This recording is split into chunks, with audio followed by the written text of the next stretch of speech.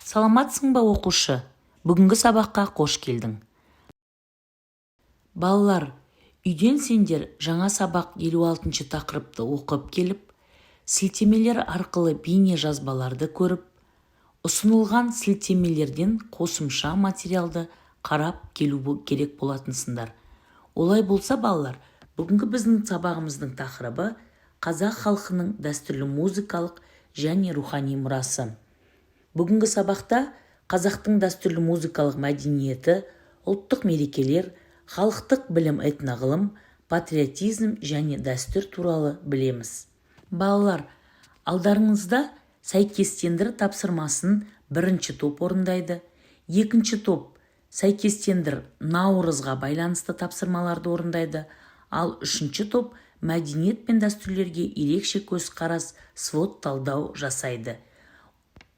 Сонымен қоса, балалар, бірінші топ дәстүрлі музыкалық мәдениет, екінші топ қазақтың дәстүрлі мерекелері, үшінші топ халықтық білім этноғылым және төртінші топ патриотизм, туған жерге мәдениет пен дәстүрге ерекше көзқарас ретінде тақырыптарын топтың ішінде талдайсыздар. Топтық жұмыс аяқталған болса, мені бір сәт тыңдаңыздар. Дәстүрлі музыкалық мәдениет. Жалпы қазақ халқының музыкалық дәстүрлері шығармашылықтың поэтикалық түрлерінен бөлінбейді. Халқымыздың өмірі мен тұрмысымен тығыз байланысты. Әскери магия мен ата-бабаларға табыну ғұрыптарымен байланысты жыр жанры пайда болды. Ауызша сақталған ата-бабалар тарихын аңыздық және мифтік түрде бейнелейтін 100-ден астам эпикалық дастандардың ішінде ер тарғын, қыз жібек, еңлік кебек, қозы көрпеш, баян сұлу жырлары ерекше орын алады. Эпикалық музыка дәстүрмен қатар аспаптық музыка, қылқобызда және домбырада орындалатын күйлер дамыды. Аңыздармен байланысты тағы бір ежелгі аспап, ол сыбызғы, аңшылар мен батырлардың аспабы болып табылады. Қазақ музыкасының неғұрлым көне үлгілеріне құстар мен жан-жануарларға арналған күйлер, балалар немесе жануарлар төлдерін жоқтау күйлері жатады. Ғалымдар бұл күйлерден ежелгі тотемдік табынушылықтың жаңғырығын көреді. Аталған музыкалық аспаптардан бөлек дәстүрлі халықтық аспаптарға жеті шекті жетіген, ішекті аспап адырна, сырнай, керней, ұрмал аспаптар даңғыра, дабыл, тілікті аспап, шаң қобыз және тағы басқалары жатады. Домбыраға тоқталатын болсақ, балалар, домбыра қазақ халқының ең кең тараған екі шекті көп пернелі музыкалық аспап. Ол қазақтар өмірінде маңызды орын алатын. Өзіндік музыкалық сипаты бар аспап, алаш эпикалық дәстүрлерімен қатар толғау, термелер орындалады. Шертер бұл қазақ халқының шертпелі музыкалық аспабы. Шертер қазақ халқының көне шекті музыкалық аспабы болып табылады. Кей деректерге сүйенсек, бұл аспап домбыра мен қобыздың арғы тегі болып саналады. Қылқобыз қазақ халқының ұлттық аспаптарының ішіндегі ең көне аспап, 9-10 ғасырларда өмір сүрген. Қорқыт ата дәуірінен бері қылқобыздың сарыны үзілмей келеді. Қылқобыз екі шекті, ыспалы музыкалық аспап. Жалпы ұлттық аспаптардың ішінде қобыз үнге бай, киелі, қасиетті деп танылады. Жетіген, жеті шекті, көп шекті шертіп ойналатын музыкалық аспап. Жалпы тұрқы ұзынша, жәшік тәріздес, бетіне жұқа тақтайдан қақпақ жабылып, үн беретін ойықтары салынады. Тағы осындай аспаптардың бірі сазсырнай, сыбызғы, шаңқобыз, тұяқтас, сақпан, дауылпаз. Көріп отырғандарыңыздай, балалар, қазақ халқы музыкалық аспаптарға өте бай халық. 19 ғасырдан бастап қазақ музыкасы ғұрыптық және эпикалық жанрдан бөлек сазгерлер мен орындаушылардың шығармашылығы түрінде дами бастады. Қазақстанның батыс және орталық аймақтарында домбырада орындалатын күй дамыды. Орталық және шығыс Қазақстанда кәсіптік ән мектебі қалыптаса бастады. Жетісуда айтыс дәстүрі дамыды. 19 ғасырдағы халқымыздың көрнекті музыканттары, сазгерлері мен ақындарының шығармашылығы қазақ музыкасының классикасына айналды. Атап айтатын болсақ, қазақ халқының атақты күйшілері Құрманғазы Сағырбайұлы, Дәулеткерей Шығайұлы, Дина Нұрпейісова, күй өнері Тәттімбет Қазанғапұлы, Сүгір Әліұлы, Ықылас Дүкенұлы, Дәулеткерей Шығайұлы. Аталған тұлғаларға тоқталатын болсақ, төкпе күйдің майталман шебері Құрманғазы Сағырбайұлы қазіргі Батыс Қазақстан облысы Жаңақала ауданы Жиделі елді мекенінде дүниеге келген. Туындылары Ақбай, Ақсақ киек, Кішкентай, Көбік шашқан, Қайран шешем. Сарыарқа жерінде шертпе күйдің тамаша үлгісін жасаған күйші Тәттімбет Қазанғапұлы Қарқаралы тауының баурайында дүниеге келген. Туындылары Былқылдақ, Сылқылдақ, Қосбасар, Сары жайлау, Балбырауын, тағы да басқа. Ұлы сазгердің 40-тан астам күйі болған. Қорқыт түрік халықтарының ұлы ойшылы, жырау қобызшы, бақсылардың қамқоршысы, ол 9-10 ғасырда өмір сүрген, Оғыз тайпасынан шыққан. Ықылас Дүкенұлы Қарағанды облысы, Жанарқа ауданы, Жамбыл облысы, Сарысу ауданы Шу өзенінің бойы бұрынғы Сарысу кеңшарының батысына қарай 30 километр Қуарал деген жерде қазақтың атақты күйші, қобызшысы, композитор, қылқобызда ойнаудың асқан дүлдүл шебері.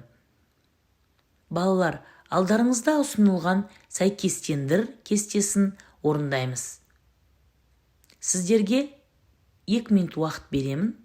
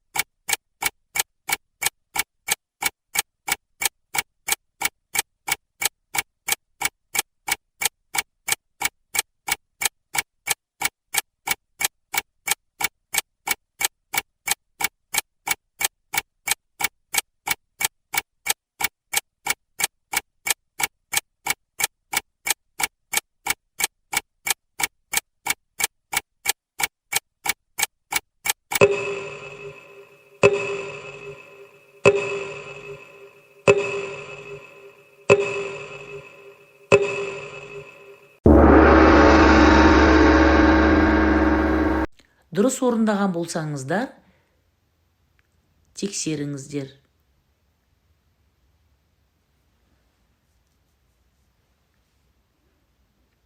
Балалар, келесі тақырып қазақтың ұлттық мейрамдары, яғни Наурыз. Наурыз мейрамы ежелгі заманнан қалыптасқан жыл бастау мейрамы. Қазіргі күнтізбе бойынша Наурыздың 22-сі күн мен түннің теңесуі кезіне келеді. Көне парсы тілінде Нава жаңа, Разах күн, жаңа күн деген мағынаны білдіреді. 2010 жылдың 10 мамырынан бастап Біріккен ұлттар ұйымының бас ассамблеясының 64 қарарына сәйкес 21 наурыз халықаралық Наурыз күні болып аталып келеді. Бас ассамблея өзінің берген түсініктемесінде Наурызды көктем мерекесі ретінде 3000 жылдан бері Балқан түбегінде Қара теңіз аймағында Кавказда, Орта Азияда және Таяу Шығыста 300 миллион адам тойлап келе жатқандығын мәлімдеді. Ал ЮНЕСКО болса 2009 жылдың 30 қыркүйегінде Наурыз мейрамын адамзаттың материалдық емес мәдени мұра тізіміне кіргізді. Бұл мейрам көктемді құрметтеу мен табиғат пен өмірдің қайта жандануымен, сондай-ақ құнарлылыққа табынумен байланысты. Наурыз мерекесінде ең маңызды нәрсе міндетті түрде 7 дәмнен су, ет, тары, тұз, май, бидай, айран тұратын наурыз көже дайындалады. 7 тағам 7 өмірлік бастаманы білдіреді. Олар бақ, береке, ырыс, даналық, денсаулық, байлық пен аспан қамқорлығының нышандары. Наурыз көжені үлкен қазанда пісіріп, туған туысы мен көршілерін шақырған. Сонымен қатар наурызда айтыс, ұлттық ойындар, көкпар, күрес, арқан тарту, қыз қуу, алыс және жақын қашықтықтардағы ат жарыстар, басқа да салттар, ұйқашар, сілтеткізер өткізіледі. Қысқы жайылымдардан жазғы жайылымдарға және керісінше көшіп қонуы да мерекеленеді. Бұл мерекелерден бөлек қазақтар мұсылман мерекелерін ораза айт пен Рамазан айындағы оразадан кейін құрбан айтты, құрбандық шалу мерекесі атап өтіледі. Балалар, алдыңыздағы сәйкестендір тапсырмасын орындаймыз.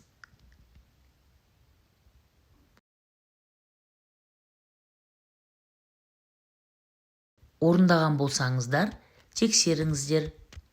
Балалар, этностың рухани мәдениеті саласына фольклор, халық әндері, ертегілер, мақал-мәтелдер ғана емес, сондай-ақ наным, сенім, ырым-тыйымдар және тағы басқалары кіреді.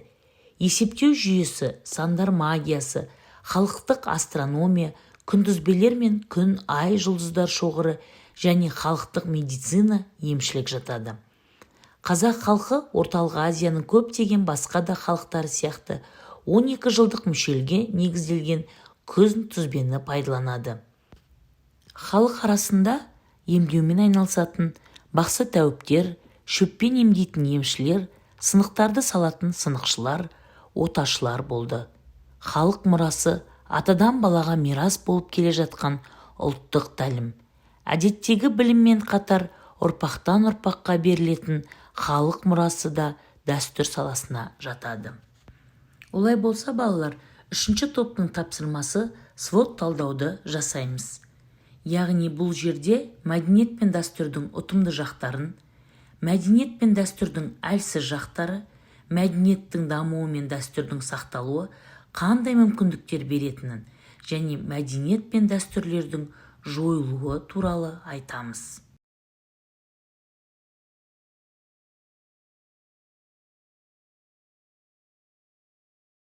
Тапсырмаларды орындап болған болсақ, балалар қорытындылай келе, көшпелі қазақтардың рухани мәдениетінің эволюциясы, материалдық мәдениет сияқты сабақтастық белгілерін сақтаған.